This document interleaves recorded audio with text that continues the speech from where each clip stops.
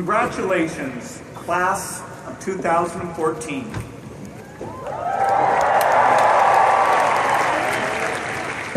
Melinda and I are excited to be here. It would be a thrill for anyone to be invited to speak at a Stanford commencement, but it's especially gratifying for us. Stanford is rapidly becoming the favorite university for members of our family, and it's long been a favorite university for Microsoft and our foundation. Our formula has been to get the smartest, most creative people working on the most important problems. It turns out that a disproportionate number of those people are at Stanford.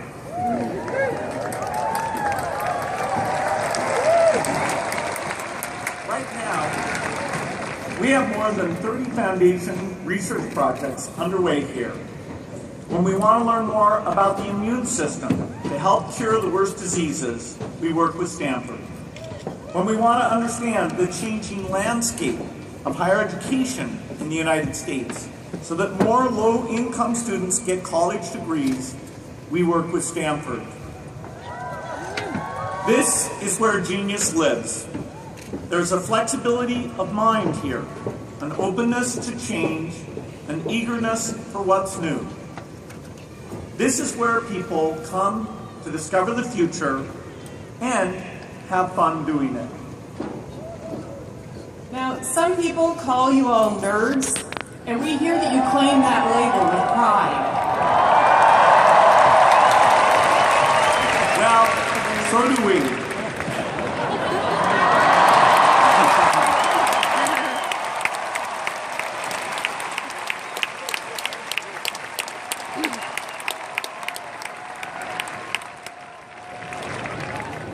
I know the classes really aren't that different. There are so many remarkable things going on here at this campus. But if Melinda and I had to put into one word what we love most about Stanford, it's the optimism. There's an infectious feeling here that innovation can solve almost every problem. That's the belief that drove me in 1975 to leave a college in the suburbs of Boston and go on an endless leave of absence. I believed that the magic of computers and software would empower people everywhere and make the world much, much better. It's been 40 years since then, and 20 years since Melinda and I were married. We're both more optimistic now than ever. But on our journey, our optimism evolved. We'd like to tell you what we learned and talk to you today about how your optimism and ours can do more for more people. When Paul Allen and I started Microsoft, we wanted to bring the power of computers and software to the people. And that was the kind of rhetoric we used. One of the pioneering books in the field had a raised fist on the cover, and it was called Computer Lib. At that time, only big businesses could buy computers. We wanted to offer the same power to regular people and democratize computing. By the 1990s, we saw how profoundly personal computers could empower people. But that success created a new dilemma. If rich kids got computers and poor kids didn't, then technology would make inequality worse. That ran counter to our core belief. Technology should benefit everyone. So we worked to close the digital divide. I made it a priority at Microsoft, and Melinda and I made it an early priority at our foundation, donating personal computers to public libraries to make sure everyone had access. The digital divide was a focus of mine in 1997 when I took my first trip to South Africa. I went there on business, so I spent most of my time in meetings in downtown Johannesburg. I stayed in the home of one of the richest families in South Africa.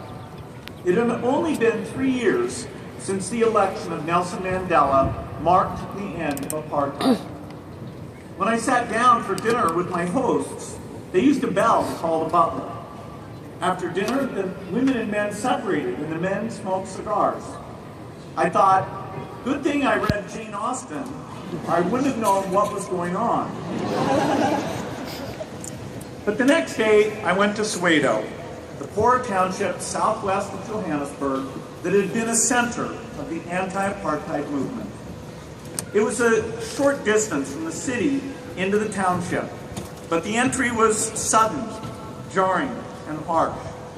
I passed into a world completely unlike the one I came from.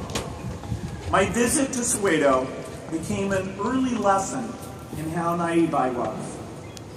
Microsoft was donating computers and software to a community center there, the kind of thing we did in the United States.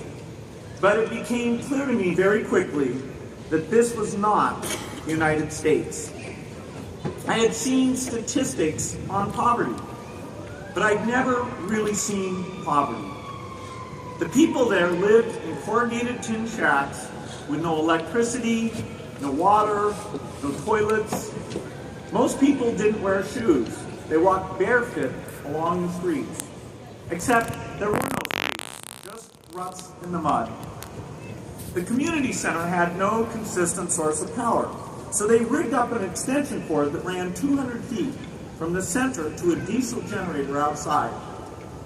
Looking at this setup, I knew the minute the reporters left, the generator would get moved to a more urgent task, and the people who used the community center would go back to worrying about challenges that couldn't be solved by a personal computer. When I gave my prepared remarks to the press, I said, Soweto is a milestone. There are major decisions ahead about whether technology will leave the developing world behind. This is to close the gap. But as I read those words, I knew they weren't super relevant. What I did say was, by the way, we're not focused on the fact that 500,000 people on this continent are dying every year from malaria. But we're sure as hell going to bring you computers. Before I went to Soweto, I thought I understood the world's problems. But I was blind to many of the most important ones. I was so taken aback by what I saw that I had to ask myself, did I still believe that innovation could solve the world's toughest problems? I promised myself that before I came back to Africa, I would find out more about what keeps people poor. Over the years, Melinda and I did learn more about the pressing needs of the poor. On a later trip to South Africa, I paid a visit to a hospital for patients with MDR-TB, multi-drug resistant tuberculosis, a disease with a cure rate of under 50%. I remember that hospital as a place of despair. It was a giant open ward with a sea of patients shuffling around in pajamas, wearing masks. There was one floor just for children, including some babies lying in bed. They had a little school for kids who were well enough to learn, but many of the children couldn't make it, and the hospital didn't seem to know whether it was worth it to keep the school open.